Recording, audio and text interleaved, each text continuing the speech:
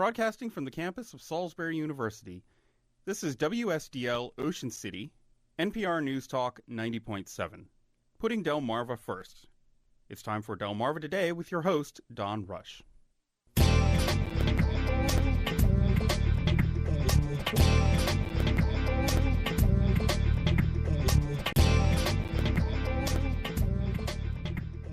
The nation is gearing up for another presidential election, but what are we to make of the two major political parties at this time in the life of the republic?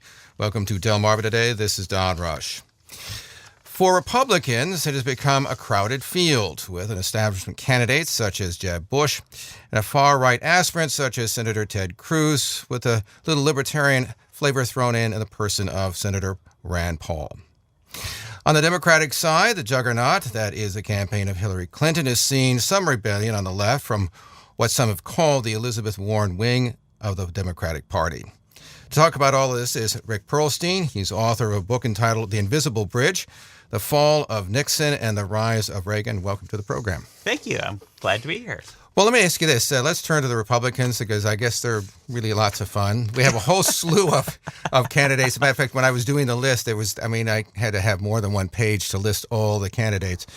What do we make of, as I indicated here? Farina. That's right. What are we to make of this spread in terms of what these various candidates represent? I mean, I sort of indicated that sort of Bush is sort of the establishment and so on and so forth. How do you see it all? I think that the idea of a spread can be overplayed. I think we're hard-pressed to look at an actual issue position that Jeb Bush has that's significantly more moderate than the rest of the field, even though he's kind of called the establishment candidate, outside of the litmus test issue of abortion. But remember, this is the guy who insisted on keeping Terry Schiavo alive. Do you remember that one? That's right. That's right. You know, the brain dead woman, the right to life activists insisted that they'd seen her gurgle or smile or something like that, and very cruelly, against her parents' wishes, the state of Florida, basically by law demanded that she be kept alive as a vegetable, and that was very much Jeb Bush's doing. So he's not a moderate. This is a party that really has been taken over by the right wing, for better or worse. It's very fascinating as a historian.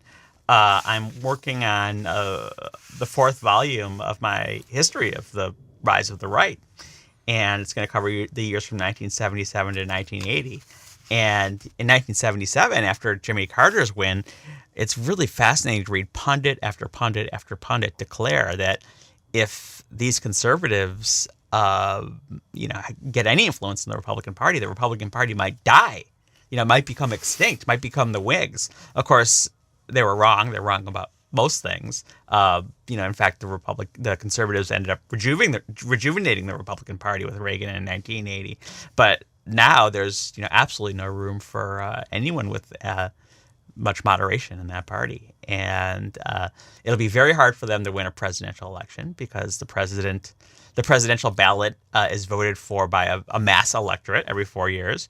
They'll probably keep Congress because it's those smaller, lower turnout off-year elections, those gerrymandered districts. So we're looking at divided government for probably a generation.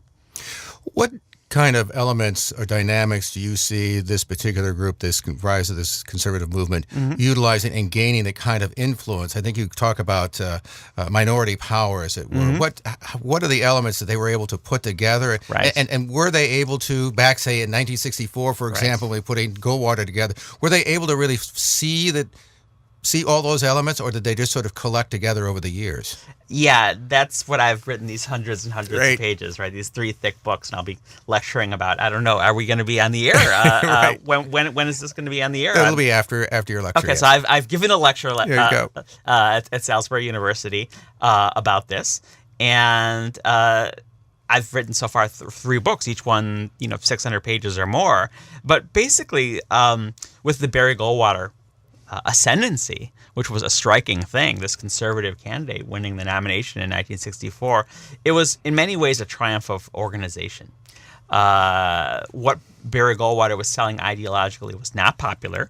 I think Gallup or Harris maybe did a poll before the Republican convention showing that even the rank and file of the Republican Party disagreed with Goldwater on something like 6 out of 8 issues. But the conservative movement had kind of taken over the party from the grassroots at the precinct level.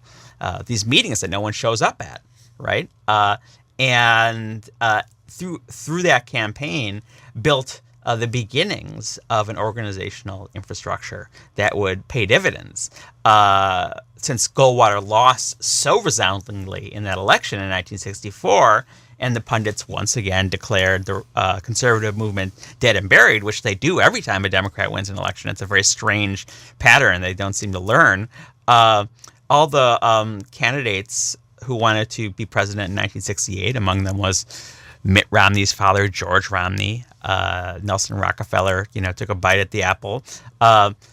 They didn't take the conservative movement seriously. Only one candidate did. And that was, of course, Richard Nixon, who understood that the rules of how delegates were selected favored the conservatives and that they had taken over these party offices at the grassroots level. And he spent the next 3 years basically cultivating all factions of the Republican Party, including conservatives, with some ideological favors granted to people like Strom Thurmond, the conservative senator from South Carolina. And lo and behold, he runs away with it. That's only one part of it.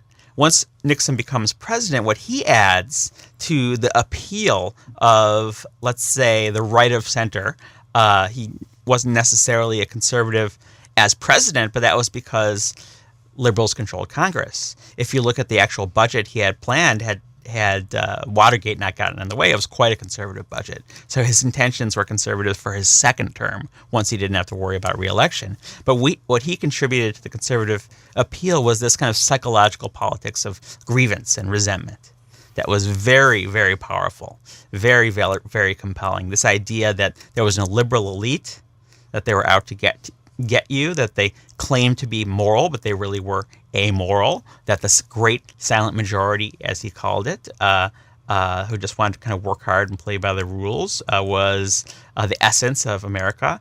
And we see that over and over again in the appeal of candidates like Sarah Palin and all the basically Republican candidates, and even conservative Supreme Court justices like Alito, who talks about in his decisions how these university professors want to tell the rest of us how to think. And then finally, we get, of course, this figure, Ronald Reagan. And he really kind of completes the appeal.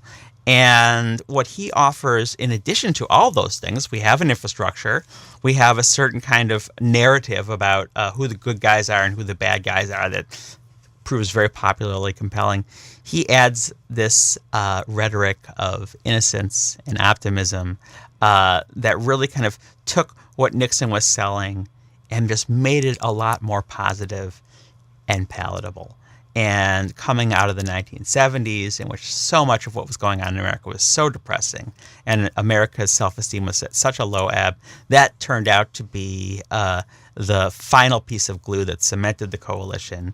And with his 2 terms and George Bush's 1 term, and then Newt Gingrich and his freshman taking over Congress in 1994, really the die was set. And at this late date in 2015, there's really no moderate wing left in the Republican Party. Let me jump ahead then to the Tea Party, because in fact, you wrote a piece, I think it was called the Grand Old Tea Party. Right. Reaching kind of back, and that the things we're seeing at the Tea Party coming out of 2010 and is not something that's necessarily new. Yeah, that's my argument. How do those two things connect together? I mean, because the conventional wisdom has been that we're just looking at the Republican Party sort of shifting further and further and further and further to the right. But there seems to be more going on. I mean, there seems to be something that's happening here that connects these two together. Right. Let's draw a distinction between the Republican Party, which traditionally, for most of the 20th century has had a liberal wing and a conservative wing. I mean, I don't want to date you, but you remember people like Jacob Javits or Mac Matthias of Maryland, who were often to the left of certainly the Southern Democrats, right, who were often rank segregationists, right? Jacob Javits was put together in 1975 a bill that was going to basically have central planning for American industry. That's how kind of left wing he was, and so you had a party that was quite ideologically diverse, as was the Democrats, and then you had also a conservative movement, right?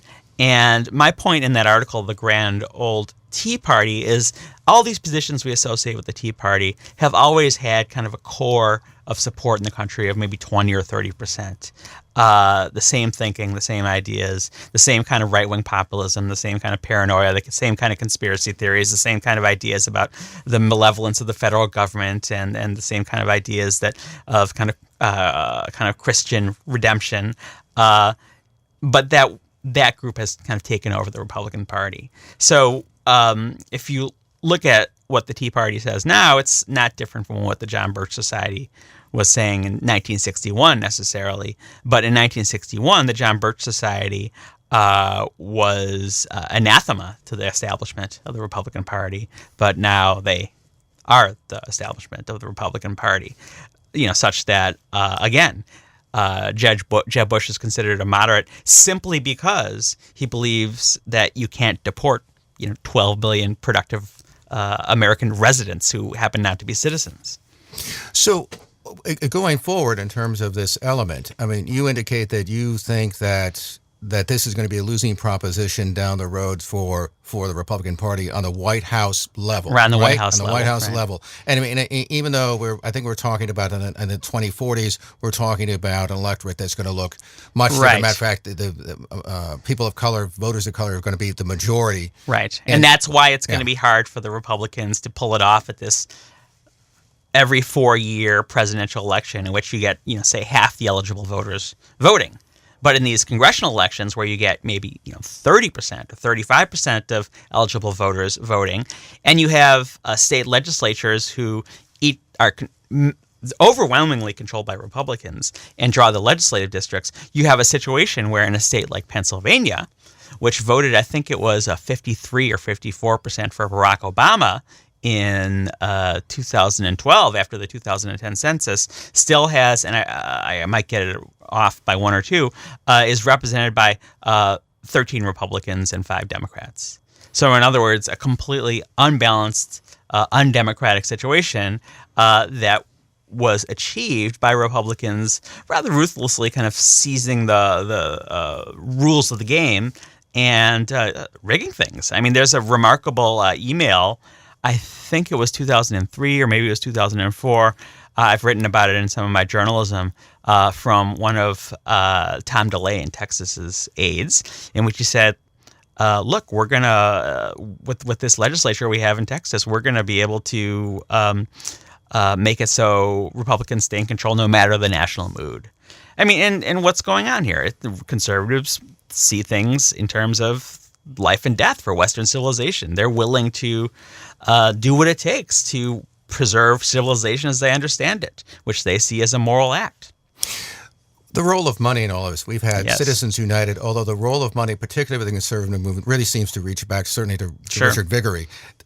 How influential has that been? And it seems like as we, certainly through 2012, and I suspect that we're going to see the same thing in 2016, that it's almost like you have these billionaires who are generals, who have these armies of money, and they just, and as that primary process works its way through for the Republican Party, they kind of spend their money or commit their troops, as it were, to whoever they Well, haven't you heard the primary process is over? The Koch brothers have tilted their hand to Governor Scott Walker of Wisconsin, right? Well, apparently he pulled back a little on Did that. He pull back? Yeah, he pulled just slightly, right. But anyway, tell me a little bit about that. Seems to be interesting. The last presidential election I studied was the one in 1976. And because of the campaign finance law that was passed after Watergate, that was actually pulled back by the kind of first Citizens United decision, which was Buckley versus Vallejo, the first decision that said money is equal to speech. But basically enough of it was kept intact and people chose to voluntarily buy into the campaign matching fund system. That was the last election in which Republicans and Democrats had just about equal spending. But ever since then, the forces of money are more aligned with the Republican Party, which is not to say the Democrats don't have their own plutocrats and string pullers, but fundamentally with dark money, with billionaires basically willing to spend what's for them a pittance, right? I mean, if a billionaire gives $1 million to the Republicans or a Republican candidate in 2016, that's only 1/1000th of their money. It's someone who has $100,000 giving $1,000. It becomes very difficult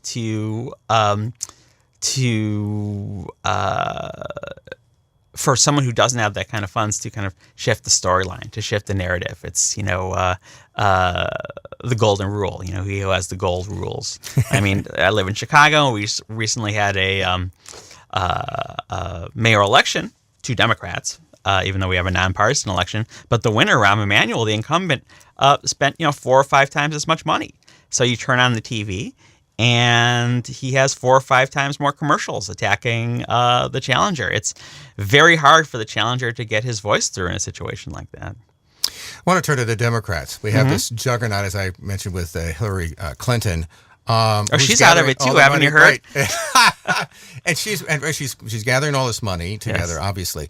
But there seems to be, well, first of all, let's take a little bit about the legacy of sort of the Clinton era, because it seems, which reaches back really to the Democratic Leadership Council, which was back in the 1980s. Right. There seems to be this shift away, particularly with Mondale's loss, away from what is traditionally been thought of as the liberal Democrat. Right. Let's call it the sort of New Deal agenda. Right.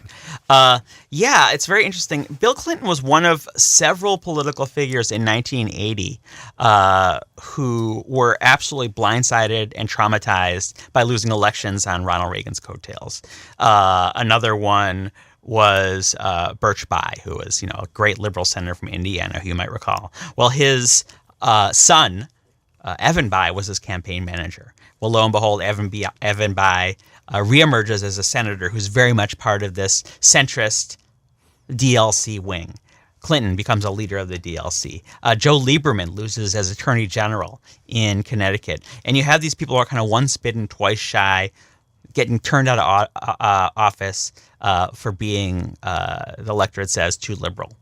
And these are the people who become the leading edge of reconceiving the Democratic Party. Although it goes back before that. In my most recent book, The Invisible Bridge, I talk about some of the legislators who were elected as Democrats in 1974, Gary Hart, most prominent among them, who were very frank that they held the New Deal in contempt. Gary Hart would refer to Eleanor Roosevelt Democrats, and it was an insult. It meant the people who, didn't see the writing on the wall and didn't realize that, those days were over. Unfortunately, it was kind of a tragedy for the Democratic Party because these are times in which income inequality is really beginning to stamp itself on the experience of the middle class. So you have a Democratic Party whose leadership is frequently turning its back on the historic legacy of liberalism. Now, there were good, solid, logical political reasons to do that at the time. Keynesianism in the 1970s really didn't seem to work. We had stagflation. We did have, 10% inflation. We did have enormous interest rates. We did have 10% unemployment, right? So you can't just say go back to the old tricks, We had enormous backlash against the liberation movements of the 1960s.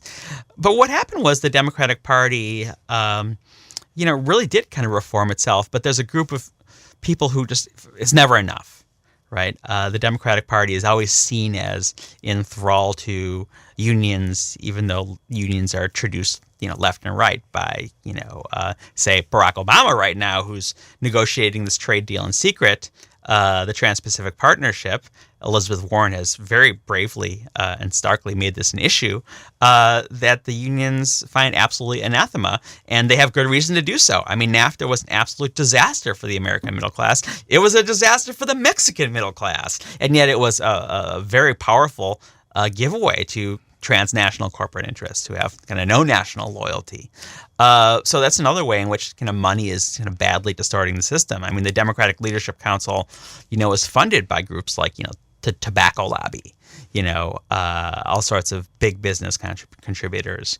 So that's been a bad distortion too. And what Elizabeth Warren has proven by kind of having the guts to kind of rise above this rhetoric and stake out a traditional kind of populist economics. What she's proven is that that's enormously popular.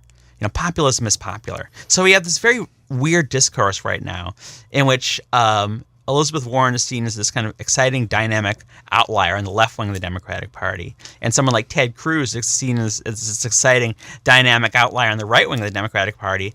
But the things that Ted Cruz believes in, his issue positions, are minority positions. The things that Elizabeth Warren believes in, bringing the criminal justice system to account against bank fraud, things like increasing taxes on people who are making millions and billions, are enormously, overwhelmingly popular. So somehow a position that's supported by 60, 70, 80% of the American people is seen as outside the mainstream. And yet, again, one more distortion, not only of the role of money in politics, but also the role of these kind of gatekeeping media elites who have, for some reason, this strange fetish for things like balancing budgets and reforming Social Security and all these sorts of things like that. It's not a happy time for a liberal. Well, I mean, what do you see as the future for the Democratic wing of the Democratic Party, as I think was once described as? I mean, it does seem as if there is a certain resurgence going on. There is. They didn't seem to play all that well or do all that well, say, for instance, during the midterms, but that's a much smaller group, obviously, of voters. What do you see? Do you see them becoming more important to the Democratic Party? Well, I think that American democracies are at a real period of crisis.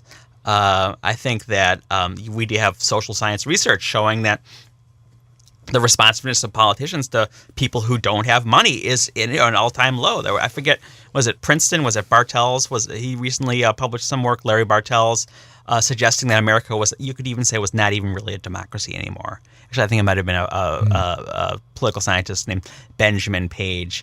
I'm a big admirer of a writer for The Nation named John Nichols. I don't know if you've ever had him on the show, but one of the things he points out is every time America has been in a democratic crisis this bad, that basically there have been institutional reforms that have kind of saved the day. He talks about things like the passing of the 16th Amendment that created the graduated income tax, enfranchisement for women, the civil rights revolution in the 1960s, giving 21-year-olds to vote in 1972, which made it much harder to send 600,000 people overseas in an unpopular war. But of course, these things don't happen automatically. They're up to us as citizens in a democracy. The system is rigged. Elizabeth Warren is right, but movements with popular energy have a history of surprising us. Women suffrage activists were at it for a good 150 years. Before they prevailed. So, you're really dishonoring their memory to kind of throw up your hands and say, oh my God, what can we do? Let's just tend our gardens.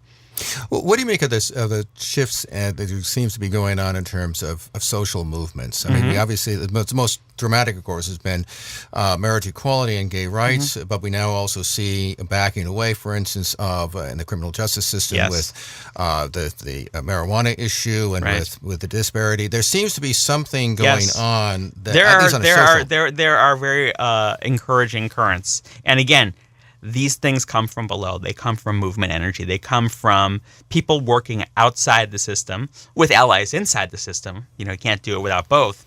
I point to the way criminal justice reform is now on the agenda of, the Koch brothers, people like Grover Norquist. And some of this is driven by the fact that, because we have these cell phone cameras, there's a case now that's wall to wall on CNN in Baltimore. A guy's literally his I can't even think about this without just this gruesome feeling in my body. The cops literally snapped his spinal cord. And it's 2 weeks later, and we have no information about this case in Baltimore. And this kind of stuff is really beginning to make politicians begin to sit upright and think about the distortions that were introduced, the missing generations of African-American young men because so many were incarcerated, right? And we're seeing some real progress on that front, some real change. I mean, you can even kind of date it to Barack Obama. Obama as a young state senator in Illinois, passing a law requiring the videotaping of confessions, which came from a terrible scandal in Chicago in which a police division run by a guy named John Burge, who was able to retire with full pension, torturing people into confessions, and people being rescued from death row who were, tortured into confessing to murders that they didn't commit. So there's real change afoot, and there's real hope. But again, it comes from movements. It comes from democratic engagement, and that's why you can't give up on these values that you believe in. No matter how many dollars the Koch brothers are willing to pour into it. By the way, what role do you see race playing in all of this? I know that I remember, as a matter of fact, as a kid, watching the returns come in 1964 for the presidential election, and I noticed that Goldwater had won states in the deep solid South, and I 5 said, states for Goldwater. Yeah, there's something afoot here. The Democratic Party could be in trouble. We obviously now that was pretty shrewd. That's right. Now because you had a better sense of things than the New York Times, which had the headline, as I pointed out in Before the Storm, my first book, which is about Barry Goldwater, White Backlash Doesn't Develop. And what they didn't notice was it wasn't just those 5 states in the South. In California, which voted for Lyndon Johnson by about 1 million votes, an overwhelming landslide, 62, 63%, also voted by the same margin to shut down an open housing law. So basically, they voted to legalize housing discrimination in a popular referendum. So this was always, the Democratic coalition was always vulnerable, made vulnerable by the very movement for racial justice, which was its crowning moral glory. And this is still a very big factor. Again, political science research showing that the more black people there are in a voting district in the South, the more conservative the white voters are. All sorts of correlations of that regard. And a lot of people talk about the unprecedented vituperation directed against President Obama. A lot of it racially tinged. Actually, I disagree. I think that Clinton pretty much had it just as bad. Don't forget, they managed to impeach him. But that was racial too, because liberalism is associated with, kind of taking from the hardworking middle-class whites and giving to the indolent, blacks. This is Mitt Romney talking about the 47%, which are the takers and not the makers. This is the talk of Barack Obama as a food stamp president, and Hillary Clinton will get it just as bad. And this is our original sin, the stain in our founding that goes back to the Constitutional Convention and 3/5 of a person. And we still have a ways to go. In terms, by the way, of the Hispanic voter who's now coming onto the scene. Fascinating stuff. One of the things, as a matter of fact, one of the things I read was that I think it was 1999 in California, Hispanics became a majority of the population, but they didn't really catch up electorally until about 2014. So there seems to be this sort of lag time because many of them are not either citizens or they become citizens. What role do you see that playing in this, particularly with the Republican Party, who seems to just have this difficulty dealing with it? It's making a lot of people shrug their shoulders and say, when are the Republicans gonna get it and stop shooting themselves in the foot? But I think, again, it's this activist right-wing cadre that really is in the catbird seat on this issue. And they don't see it as hurting them. They say, look, we did fine in 2014. We did fine in 2010, And again, we have 2 electorates in America. We have a general election electorate, which is increasingly younger and browner, and we have a off-year election electorate, or a primary electorate, which is largely older and white. Eventually, something's got to give because of this advancing Hispanic population. But I don't believe in demographic inevitability. We have a history in America of more and more groups kind of being enfolded into the circle of whiteness, right? I mean, I can show you books that were written in the late 1950s that said the Republican Party is dead because there are fewer WASPs and there are more and more white ethnics, and white ethnics are Democrats. Well, white ethnics had no problem voting for Ronald Reagan.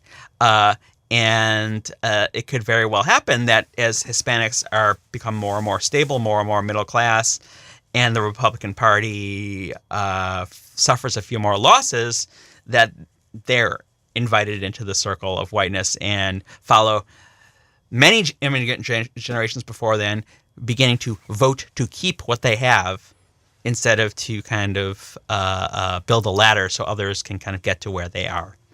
Do you think, though, that the issue of immigration is sort of that moat they've got to cross before they actually attract those? I mean, I know there's that, no question. Yeah. I mean, it's like Hispanics, I mean, the polls show it and interviews show it, are just completely disgusted with the Republican Party. And if you look at the people of Latin extraction who are successful in the Republican Party, they're Cubans. It's the Marco Rubios. It's the Ted Cruz's. But the Cubans Americans, because of the history of that island, are largely Republican, especially in Florida. But that's changing too. A younger generation in Cuba, isn't dancing to the same beat. And now that we've had this opening to Cuba, this kind of Manichaean stuff, which is like 2, 3, 4 decades behind its sell date, is going to make it harder for the Republicans even to be able to tell a story about freeing Cuba. And once the Golden Arches are up there, right?